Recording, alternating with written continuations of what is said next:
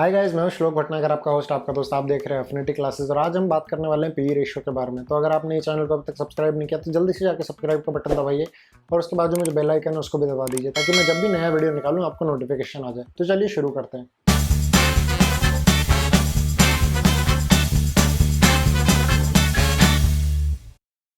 P ratio के बारे में अगर मैं आपको बताऊं तो उसका फुल फॉर्म आता है प्राइस टू अर्निंग्स रेशो, यानी कि आप 1 रुपया कमाने के लिए कितना प्राइस पे कर रहे हैं वो ये आपको मालूम पड़ता है। अगर आपको 1:1 का रेशो आता है पी रेशो, यानी कि पी रेशो की वैल्यू आपको 1 आती है, तो फिर आपको मालूम पड़ेगा कि आप 1 रुपये की अर्निंग्स के लिए खाली 1 रुपये का प्राइस दे रहे हैं। यानी कि अगर कंपनी की अर्निंग्स 10 है तो फिर आप 10 रुपये का प्राइस देंगे, 20 है तो 20 का, एंड सो ऑन। तो पी रेशो से हमको एक्चुअली और क्या क्या पता चलता है और इसको हम इन्वेस्टिंग के लिए कैसे यूटिलाइज कर सकते हैं। पी रेशो को इन्वेस्टिंग के लिए यूटिलाइज इस तरीके से कर सकते हैं कि अगर किसी इंडस्ट्री के कंपैरिजन में पी रेशो ज़्यादा आता है या कम आता है या एट पार आता है तो हम डिसीजन ले सकते हैं कि शेयर ओवर वैल्यूड है, अंडर वैल्यूड है या करेक्टली प्राइस्ड है। तो अगर इंडस्ट्री कंपैरिजन में ऊपर आता है तो हमको मालूम पड़ता है कि शेयर हो सकता है ओवर प्राइस्ड हो, हमें श्योरिटी नहीं है, हो सकता है। हमको और भी फैक्टर्स कंसिडर करने पड़ेंगे ताकि हम ये डिटरमाइन कर पाएँ कि करेक्ट आ रहा है कि नहीं। मान लीजिए इंडस्ट्री का पी रेशो 10 है, आप जिस कंपनी का एनालिसिस कर रहे हैं उसका 12 है, तो फिर हो सकता है कि वो कंपनी का शेयर प्राइस ओवर प्राइस्ड हो। अगर मैं देखूं कि मेरा जो पी रेशो है वो नीचे आ रहा है, इंडस्ट्री कंपैरिजन 10 और हमारा 8 आ रहा है, तो फिर हमारे लिए ये हो सकता है कि शायद ये कंपनी अंडर वैल्यूड हो, इसमें इन्वेस्ट किया जा सकता है। कभी भी आप एक ओवर वैल्यूड शेयर में इन्वेस्ट नहीं करते, आप एक अंडर वैल्यूड शेयर में इन्वेस्ट करते हैं। तो अगर शेयर अंडर वैल्यूड है तो हो सकता है आप और रिसर्च करेंगे, आपको मालूम पड़ेगा कि अंडर वैल्यूड है तो क्यों है। और अगर करेक्टली वैल्यूड है यानी कि एट पार है इंडस्ट्री के, तो हमको यहाँ पे फर्दर एनालिसिस करने की परमिशन है। हमको कहा नहीं है जब ये ओवर वैल्यूड हो तो हम नहीं करते, अंडर वैल्यूड हो तो फिर हम और इस पर एनालिसिस करेंगे, या करेक्टली प्राइस्ड हो तो हम एनालिसिस करेंगे कि ये फ्यूचर में हमको कैसी कंपनी रिटर्न दे सकती है। अब आगे मैं बात करूँ कि पी रेशो खाली इसके अलावा और किस किस तरीके से हम यूटिलाइज कर सकते हैं। पी रेशो को यूटिलाइज करने के लिए सिंपल एक तरीका है कि जब हम पी रेशो को अर्निंग से मल्टीप्लाई करते हैं तो फिर हमको वैल्यू आ जाती है कंपनी की कि कंपनी की वैल्यू क्या हो सकती है।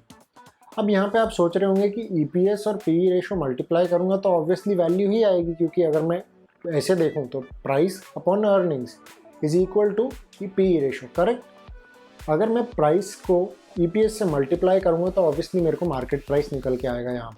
यहाँ पे जो मैं आपको ईपीएस बोल रहा हूँ लेने को, ये वो ईपीएस नहीं है जो करंट ईपीएस है। एज ऑफ नाउ जो ईपीएस है वो नहीं बोल रहा हूँ मैं आपको ईपीएस बोल रहा हूँ वो वाला ईपीएस जो रीसेंट हो, करंट नहीं, रीसेंट। आप जब भी कोई भी ऐप खोलेंगे आपको दिखेगा।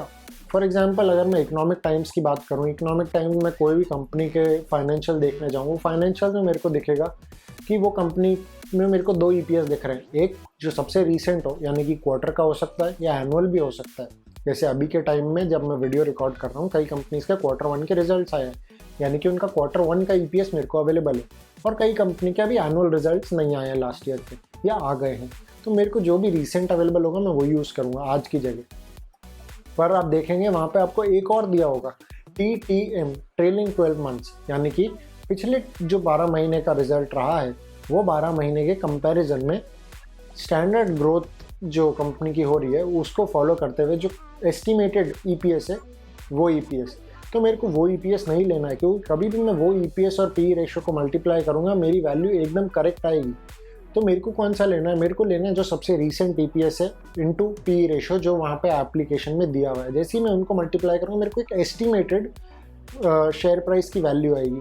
जैसे ही मेरे को ये एस्टिमेटेड आएगी मैं इसको करंट मार्केट प्राइस से कंपेयर करूँगा। कंपैरिजन करने पे मेरे को आइडिया लग जाएगा कि मेरा जो मार्केट प्राइस एस्टिमेटेड है और जो करंट चल रहा है उसमें कितना डिफरेंस है। अगर डिफरेंस ऐसा 10 to 20% का डिफरेंस रहा, या आप कई लोग उसको 5 to 10% भी लेते हैं, वो आपकी पर्सनल प्रेफरेंस पे, तो फिर उस पर आप ये अजम्पशन ले सकते कि शेयर करेक्टली प्राइस है। पर अगर ये उस रेंज के बाहर निकलता है, ऊपर या नीचे, जैसे मैंने स्टैंडर्ड डिविएशन में आपको रेंज बताई थी, जैसे वो रेंज के बाहर निकलता है तो आपको मालूम पड़ जाएगा कि वो शेयर ओवर प्राइस्ड है या अंडर प्राइस्ड है। आपको कभी भी ओवर प्राइस शेयर में पैसा नहीं लगाना है। आप हमेशा जो लोग इन्वेस्ट करते हैं वो अंडर प्राइस शेयर में इन्वेस्ट करते हैं। रीज़न मीन, अगर आप मेरे पुराने वीडियोस को फॉलो करते हैं तो आपको मालूम पड़ेगा कि you have to buy low and sell high, यानी कि आप सस्ते में खरीदेंगे महंगे में बेचेंगे। अगर शेयर अंडर प्राइस्ड होगा तो कभी ना कभी वो ओवर प्राइस या अपने करेक्ट प्राइस पे आएगा।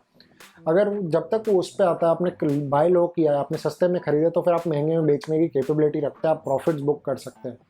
तो दोस्तों आज के वीडियो के लिए बस इतना ही। अगर आपको ये वीडियो पसंद आए तो ज़रूर लाइक कीजिए, शेयर कीजिए अपने दोस्तों के साथ। कमेंट में हमें लिख के बताइए आपको वीडियो कैसा लगा, आप आगे क्या क्या देखना चाहेंगे। अगर आपको कोई क्वेरी है तो फिर आप हमारे इंस्टाग्राम हैंडल पे हमको मैसेज कर सकते हैं। हम कोशिश करेंगे कि आपको पर्सनली एड्रेस करें, बट अगर पॉसिबल नहीं हो पाए तो फिर हम उसके लिए वीडियो ज़रूर बना देंगे। शुक्रिया दोस्तों, मैं आपको मिलता हूँ अगले वीडियो में। Thank you.